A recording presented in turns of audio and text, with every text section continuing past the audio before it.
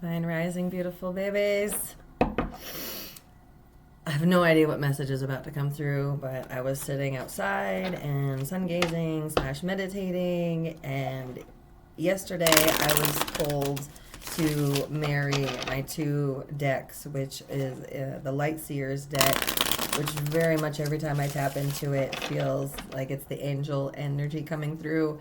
And I also got the Wild Wood Tarot, and that is very much like ancestral energy, so like the two sides of the team, if you will.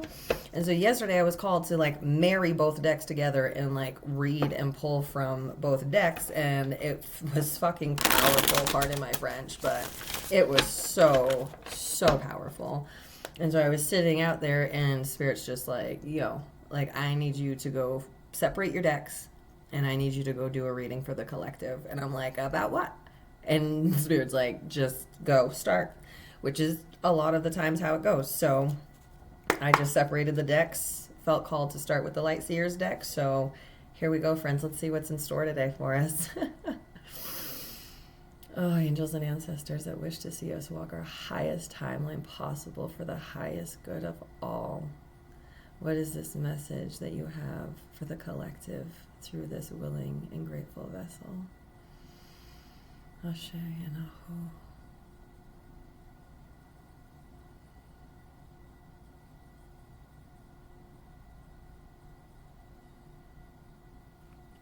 First thing that like the feeling that the energy first is coming in is really just this, like I'm hearing and feeling like, be still, child. Be still. Do not run. Do not chase. Be still. Whatever we've been praying for is on the way. Stay still, meaning don't let these deep emotions that are coming up, don't let them cause you to run. Sit with them. Be still with them. Feel them so that you can see the root of where they come from, which is going to allow you to find out whether it is a truth of yours, an authentic thought and feeling of yours, or if that feeling, that emotion, that belief was a projection that you accepted from someone else. And if it is authentic, love it, accept it, and appreciate it, and tell it thank you for being there for you. And if it's not, let it go. Let it go. There's also an energy of, like, be mindful of those fearful thoughts, because those fearful thoughts create an illusion that appears to be reality. That's going to prevent you from seeing your dreams coming true, your wishes coming in. This is cause for celebration. 3 of Cups, like this is community, this is tribe, this is celebration. You know, this is like literally a cause for celebration. Like whatever it is, like it could, you know, anything. It could be the job you want. It could be, you know, literal engagement. It could be, you know, meeting your divine counterpart and knowing, and you know, it could be landing the place, you know, the house you want, the home you want, the place, whatever it is that you are desiring. You've got to stay in this belief space. Do not, like, it is the energy is so strong of, don't let fear, which is false evidence appearing real, keep you out of the celebratory energy. Like, it is this energy of, like, get excited as if it's your birthday tomorrow or Christmas tomorrow, whatever your, like, whatever day, or like, but cultivate that and really just, and start asking, demanding the universe, demand source, demand God to show you undeniable signs that your wish is coming, that it's on the way. Because right now what I'm hearing is the fear, the doubt is having, is causing you to look for signs of it not coming.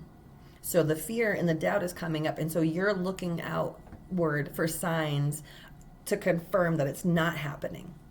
And Spirit is saying, flip that ish on its head and start looking for signs that it is coming, because it's coming. Belief is everything. What we believe is what we achieve. So if you believe it's not coming, it's not coming. But I'm telling you that it is, and it's really like this. You feel alone. You feel alone. You feel like you're the only one that feels this. You're the only one that wants this. And if you're the only one that wants it, then you're the only one that can create it. And so you're going to be all by yourself. No, baby. No, baby. Not at all. There is a whole community of people that want the same thing that you want. There's a whole collective of people that want the same things that you want. Because what you want is peace and love and community. And that's what's coming. Hold the faith. Hold the trust. Wherever those fears and doubts are coming up and trying to attack your self-worth and tell you that you're not worthy of community, that you're not worthy of a multitude of people loving you, caring for you, assisting in meeting your needs from a genuine place of generosity and love and abundance. Figure out where those root fears are based in. Figure out where you feel like you are unworthy. Where you feel unworthy is where you genuinely lack the belief that you can. Feeling unworthy is literally, truly just self-doubt. It is doubting that you are worthy of the love. It's doubting that you believe that you have that love to give. And it all starts with self. It all starts with self.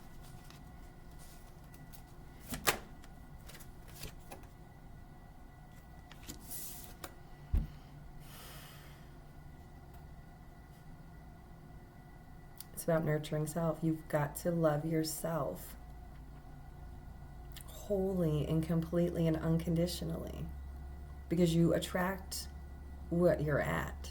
So if you go out right now looking for community in a place of self-doubt and fear, you will find community, but those community members are going to be in equal amounts of self-doubt and fear, and that's not going to cultivate the unconditional love that you genuinely want. So you have to come into and cultivate that within yourself. So what you are attracting in is those in that same space. And I promise you, initially, it's going to seem and feel lonely. And there's going to be moments where you're going to be like, there's nobody out here like this. We're coming together. Like we are literally all calling each other in. So listen to the call. Follow the call. What do you need to sacrifice? I feel like there's the fear. Okay, so one of the deepest fears here is it's the last piece of codependency. And it's the fear of letting go of whatever community you currently have, no matter how small, big, healthy, or toxic. Your unwillingness to let go of that community is blocking you, or is blocking the community you truly desire from getting to you. It's blocking your ears and covering your eyes from hearing and seeing where the community you genuinely desire is.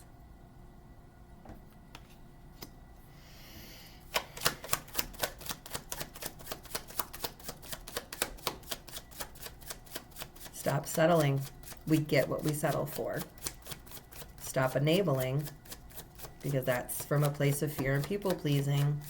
We enable people from a people pleasing place of fear because we are afraid that if we set a boundary and hold a boundary, then we will lose that person, which comes from an abandonment wound.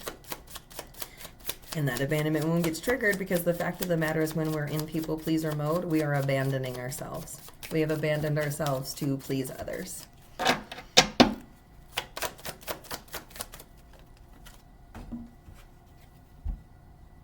And when I say please ourselves, I'm not talking about in some snarky, egotistical way of, being like a spoiled brat and, being demanding of other people providing for you. I'm talking about providing for yourself. And that doesn't mean in solitude. That does not have to mean in solitude, but it means providing for your own basic needs, for providing for yourself, for caring for yourself. Making sure you have shelter, whatever that looks like, wherever that is. Making sure you have food that you desire and is good for your body. Making sure, you drink your water, making sure you take a shower, make sure you, wash your clothes and put on clean clothes, all of those things.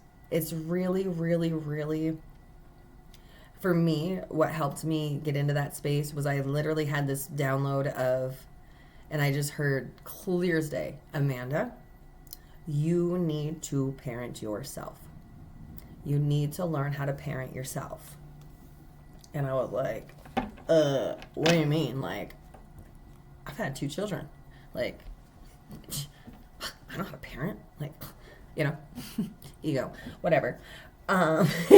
She has her place, but I was offended. I was like, what do you mean I need to parent myself? Like, obviously, I'm still alive. I'm out here. Like, I've had kids. Like, what do you mean? I wasn't parenting myself. And so what I did was I sat with it, and I was like, okay, what does this mean, Spirit? Spirit was like, literally, I want you to literally look at yourself as a toddler and take care of yourself, as if you're a toddler. And so I was like, okay. And I just kind of, thankfully, because I had the experience of raising a child, I was like, okay, well, when my son was a toddler, what were we doing? And then I started, when I would leave for work or whatever for the day, I started packing myself an adult diaper bag, and I would make sure that I had water in there. I would make sure I had, snacks that I would eat. I would put a book or a crossword puzzle or something, some form of entertainment, in case I was somewhere waiting. And just I literally, and, a sweater if it was warm when I left, or, just literally those things, just a diaper bag I did for my son when he was little. And I did that until those things were just a habit, till I was habitually, making sure I had snacks in my bag when I left, habitually making sure that, I had done what I needed to do and had what I needed, had the things that I might need throughout the day. And then it progresses to, and from there, then it really progressed to the habits, and starting to look at the habits that I had that were not loving, and I really would just sit in a space and I'd be like, is this a habit I would enable my child to have? And if not, then I am no longer going to enable myself to have it. So I feel like that's a really healthy perspective for you at this moment, is really start, it allows you to take the judgment off, that weight of the judgment off, and then you would look at it from this place of compassion and grace, because we're looking at a child and what a child knows and doesn't know, right? And we recognize children have innocence because they don't know. So do you. You are just as innocent, even if you are looking at me and you're 99 years old. You are equally as innocent as a child because you don't know. If you don't know, how can you do? So don't beat yourself up for not knowing, because we only know what we're taught and told, right? And I can only imagine that your parents didn't know how to parent. Your parents weren't parented, and nobody ever told them how to parent themselves or told them, hey, figure out how to parent yourself. And then they had kids and they didn't parent them, and now we are those children in these grown-up vessels out here with all the free will and sovereignty and all these resources that we can play with and mess up. And we're out here just running amok because no one has said, hey, you need to parent your child, your inner child. That mom that you're seeking in girlfriends and partners, it's in here. That dad that you're seeking in partners and friends, he's in here.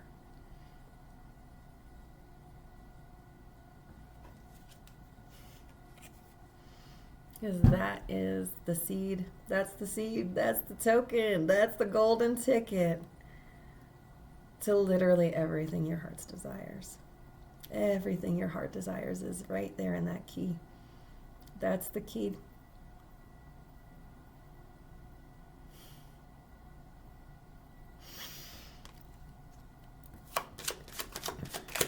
So one of the things that I love to do when my inner child is needing comfort or even just a hug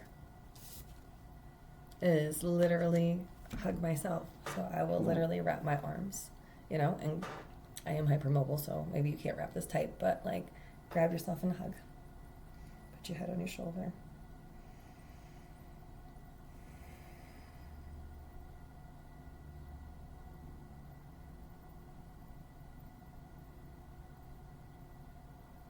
And just love yourself. Just hold it. Hold your inner child. Hold your inner child in the way that it never was.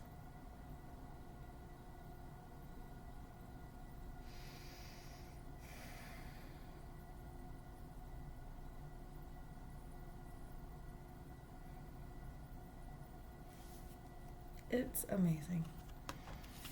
And you too have the strength. And this is that softness is the mother side. Okay? And the father side is the willpower, is the discipline, is the determination to get stuff done and to protect you. That's, the father's the one that's like, get in the shower. And the mother's like, take an easy shower. Don't rush. Does that start to make sense? This is very much about a balancing of self and understanding both places, right? Just like, there's so much balance here. 8, the strength and the lovers, like the king and the queen of pentacles. Like there's just such balance here, and it's really, really, really just coming so strong through. Is just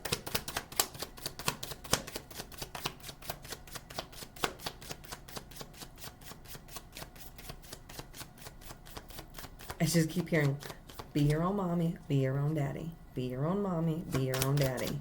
You are mommy, you are daddy.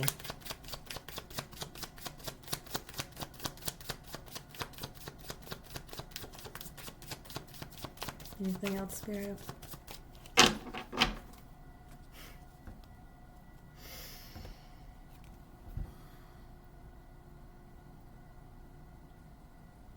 This is how we lead. This is how we lead by example. And I'm feeling very called to share this with you right before we end this video.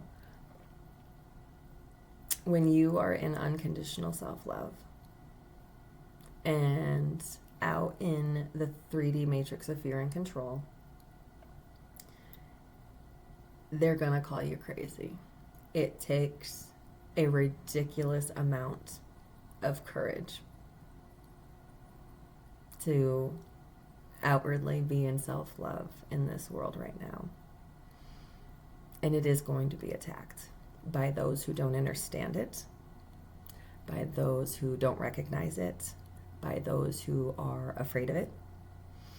Because when we are in full self-love, that love is all-encompassing. And it's terrifying to those who don't believe that they are worthy of it and don't believe that they have it. And I tell you that not to scare you. I tell you that to give you foresight so that when those moments happen, you can be like prepared and stay centered in who you are in that self-love and not take it personally. Because when you are in self-love, there are going to be people that you cross paths with that literally cannot even look at you or speak to you. And if you are in a place of taking that personally, if you take that personally, then you're accepting that projection of theirs. And you will start to lose that self-love. It will stop being unconditional. Because you don't want to be rejected or seen as weird or unapproachable. And it's really a place of faith and trust that those who are supposed to be in your energy and presence will be able to enter the kingdom. So remember that rejection is protection. And as long as you are in unconditional love, what do you have to be ashamed of? Are you going to be ashamed that you love yourself unconditionally? That you're willing to provide for yourself and protect yourself and nurture yourself? Kind of sounds like a silly thing to be ashamed of. But that's just my opinion. And that's my opinion because I used to be that. I used to be so ashamed of the love that was in me. It was, it was not cultivated. It was not appreciated. It was not received. I grew up in a family, in a home where literally none of my family members could receive my love. And so by the time I got out of the house and entered the world, I was already convinced that nobody could receive my love. And so I wasn't giving it to myself or to anyone. And I went deep, super deep into codependency and people pleasing. And I started getting complimented a lot for my strength, how strong I was. And I thought that, and in that strength and trying to be strong and being accepted, I slid very deeply into toxic masculinity and was literally working myself to death, giving everything that I had to everybody else in hopes that they would stay. And it didn't work out. Because the moment that I realized what I was doing and I pulled back that little bit and I gave that little bit of self-love to myself, it was a huge tower moment. And it took me a little bit to come to the place of understanding that it was self-love. And that I did move in self-love. And that's not to say that my behaviors, in that moment are to be just, were wonderful. But for me personally inside, I had to come to that place where I realized, even if I was lashing out in a terrible way, that lash out was coming from a place of self-love, which meant I had self-love. And she was in there working. She just had shit twisted. Because I had shit twisted. And so it's, I've been you cultivate that. And it's a lesson, every day I feel like there's a new lesson learned of, choices of fear and love in this. And this is a beautiful space to be in. And I want to be a voice in place of encouragement as someone who has experienced this, and it doesn't go away. None of this goes away. It becomes habit, it becomes innate, it becomes part of our nature after practice, but none of it goes away. So if you need any assistance, if you want any assistance, guidance, reach out. I do personal consultations, readings, whatever it may be. Sometimes it's just a conversation, If there's a specific question or something you really want to dive into in your subconscious psyche that you're having trouble bringing to light on your own, it'd be my honor to help shed light on that for you. Just got some questions? Hit me up. I love you.